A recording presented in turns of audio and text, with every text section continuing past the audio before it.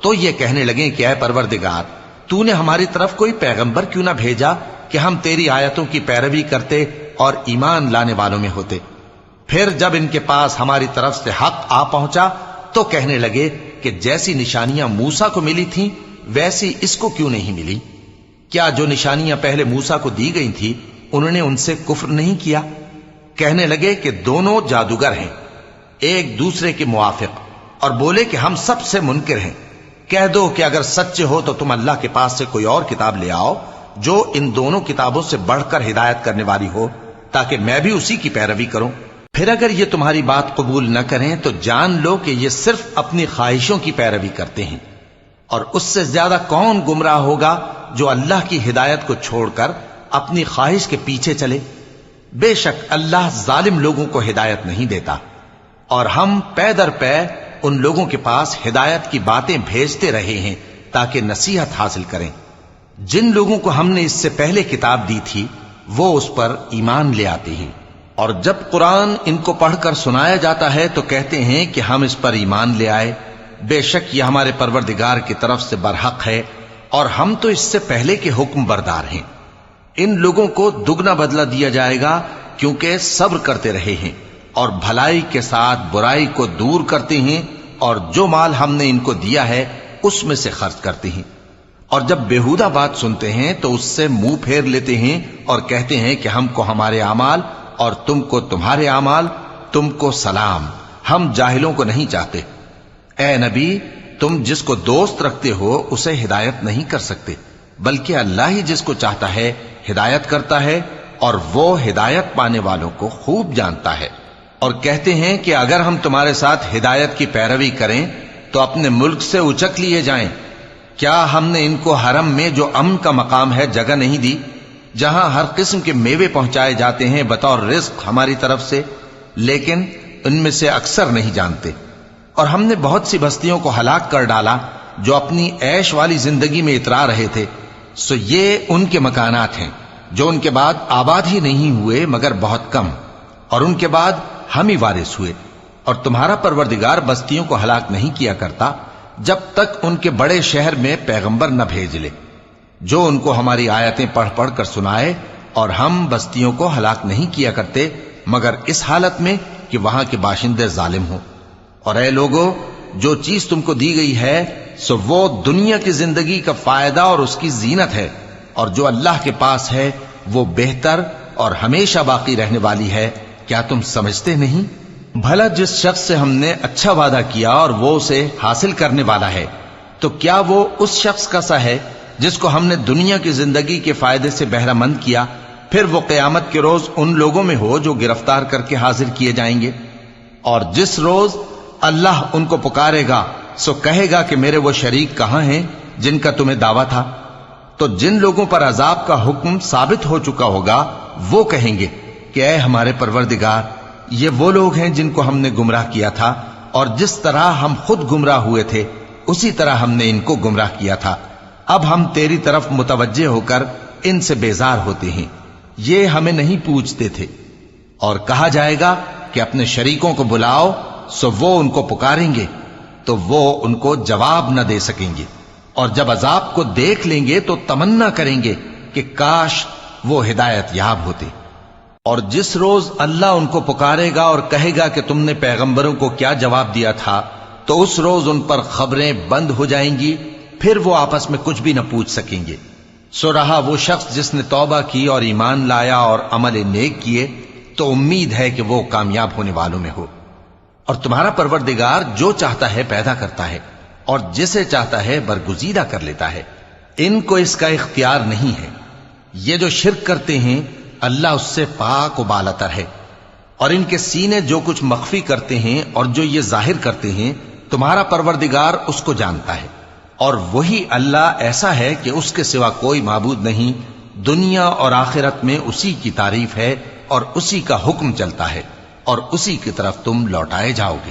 کہو بھلا دیکھو تو اگر اللہ تم پر ہمیشہ قیامت کے دن تک رات کی تاریکی کیے رہے تو اللہ کے سوا کون معبود ہے جو تم کو روشنی لا دے؟ تو کیا تم سنتے نہیں؟ کہو کہ بھلا دیکھو تو اگر اللہ تم پر ہمیشہ قیامت تک دن کیے رہے تو اللہ کے سوا کون معبود ہے کہ تم کو رات لا دے جس میں تم آرام کرو؟ تو کیا تم دیکھتے نہیں؟ اور اس نے اپنی رحمت سے تمہارے لیے رات کو اور دن کو بنایا تاکہ تم اس میں آرام کرو اور اس میں اس کا فضل تلاش کرو اور تاکہ شکر کرو۔ اور جس دن وہ ان کو پکارے گا تو کہے گا کہ میرے وہ شریک جن کا تمہیں دعویٰ تھا کہاں ہیں؟ اور ہم ہر ایک امت میں سے ایک گواہ نکال لیں گے، پھر کہیں گے کہ اپنی دلیل پیش کرو، تو وہ جان لیں گے کہ سچ بات اللہ کی ہے اور جو کچھ وہ افترا کیا کرتے تھے ان سے جاتا رہے گا۔ قارون موسیٰ کی قوم میں سے تھا، پھر وہ ان پر زیادتی کرنے لگا، اور ہم نے اس کو اتنے خزانے دیے تھے کہ ان کی کنجیاں ایک طاقتور جماعت کو اٹھانا مشکل ہوتی۔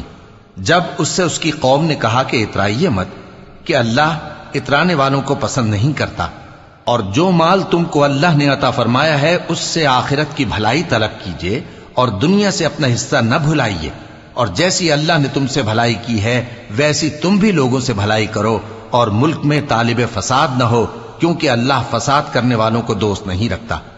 وہ بولا کہ یہ مال مجھے میرے ایک ہنر کے سبب ملا ہے۔ کیا اس کو معلوم نہیں تھا کہ اللہ نے اس سے پہلے بہت سی امتیں جو اس سے قوت میں بڑھ کر اور جمعیت میں بیشتر تھیں ہلاک کر ڈالی تھیں، اور گناہگاروں سے ان کے گناہوں کے بارے میں پوچھا نہیں جائے گا؟ تو ایک روز قارون بڑی آرائش اور ٹھاٹ سے اپنی قوم کے سامنے نکلا۔ جو لوگ دنیا کی زندگی کے طالب تھے کہنے لگے کہ جیسا مال و متاع قارون کو ملا ہے کاش ایسا ہی ہمیں بھی ملے، وہ تو بڑے نصیب والا ہے۔ اور جن لوگوں کو علم دیا گیا تھا وہ کہنے لگے کہ تم پر افسوس، مومنوں اور نیکوکاروں کے لیے جو ثواب اللہ کے ہاں تیار ہے وہ کہیں بہتر ہے، اور وہ صرف صبر کرنے والوں ہی کو ملے گا۔ پس ہم نے قارون کو اور اس کی حویلی کو زمین میں دھسا دیا، تو اللہ کے سوا کوئی جماعت اس کی مددگار نہ ہو سکی اور نہ وہ بدلہ لے سکا۔ اور وہ لوگ جو کل اس کے رتبے کی تمنا کرتے تھے صبح کو کہنے لگے ہائے شامت، اللہ ہی تو اپنے بندوں میں سے جس کے لیے چاہتا ہے رزق فراخ کر دیتا ہے اور جس کے لیے چاہتا ہے تنگ کر دیتا ہے۔ اگر اللہ ہم پر احسان نہ کرتا تو ہمیں بھی دھسا دیتا۔ ہائے خرابی، کافر کامیاب نہیں ہوتے۔ وہ جو آخرت کا گھر ہے ہم نے اسے ان لوگوں کے لیے تیار کر رکھا ہے جو ملک میں ظلم اور فساد کا ارادہ نہیں رکھتے، اور انجام نیک تو پرہیزگاروں ہی کا ہے۔ جو شخص نیکی لے کر آئے گا اس کے لیے اس سے بہتر صلہ ہوگا، اور جو برائی لائے گا تو جن لوگوں نے برے کام کیے ان کو بدلہ بھی اسی طرح کا ملے گا جس طرح کے وہ کام کرتے تھے۔ اے پیغمبر، جس اللہ نے تم پر قرآن کے احکام کو فرض کیا ہے وہ تمہیں پہلی جگہ لوٹا دے گا۔ کہہ دو کہ میرا پروردگار اس شخص کو بھی خوب جانتا ہے جو ہدایت لے کر آیا اور اس کو بھی جو کھلی گمراہی میں ہے۔ اور اے نبی، تمہیں امید نہ تھی کہ تم پر یہ کتاب نازل کی جائے گی مگر تمہارے پروردگار کی مہربانی سے نازل ہوئی، سو تم ہرگز کافروں کے مددگار نہ ہونا، اور وہ تمہیں اللہ کی آیتوں کی تبلیغ سے بعد اس کے کہ وہ تم پر نازل ہو چکی ہیں روک نہ دیں، اور اپنے پروردگار کو پکارتے رہو اور مشرکوں میں سے ہرگز نہ ہو جانا، اور اللہ کے ساتھ کسی اور کو معبود سمجھ کر نہ پکارنا۔ اس کے سوا کوئی معبود نہیں، اس کی ذات پاک کے سوا ہر چیز فنا ہونے والی ہے، اسی کا حکم چلتا ہے اور اسی کی طرف تم لوٹ کر جاؤ گے۔